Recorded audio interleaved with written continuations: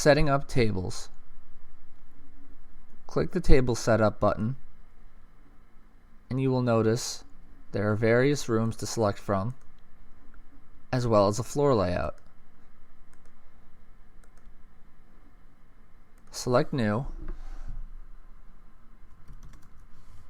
name the room, and whether it's a dine-in area or a bar, and select OK.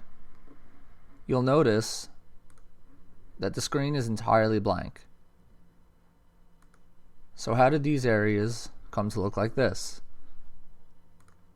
Well, at Main Bar, select Toolbox and put in your various tables.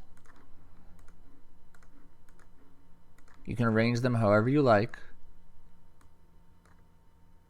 and also increase the size. This can make it easier for your servers to use a touch screen. If you want to add an image, you can select Input, and a background image, like those here, will appear.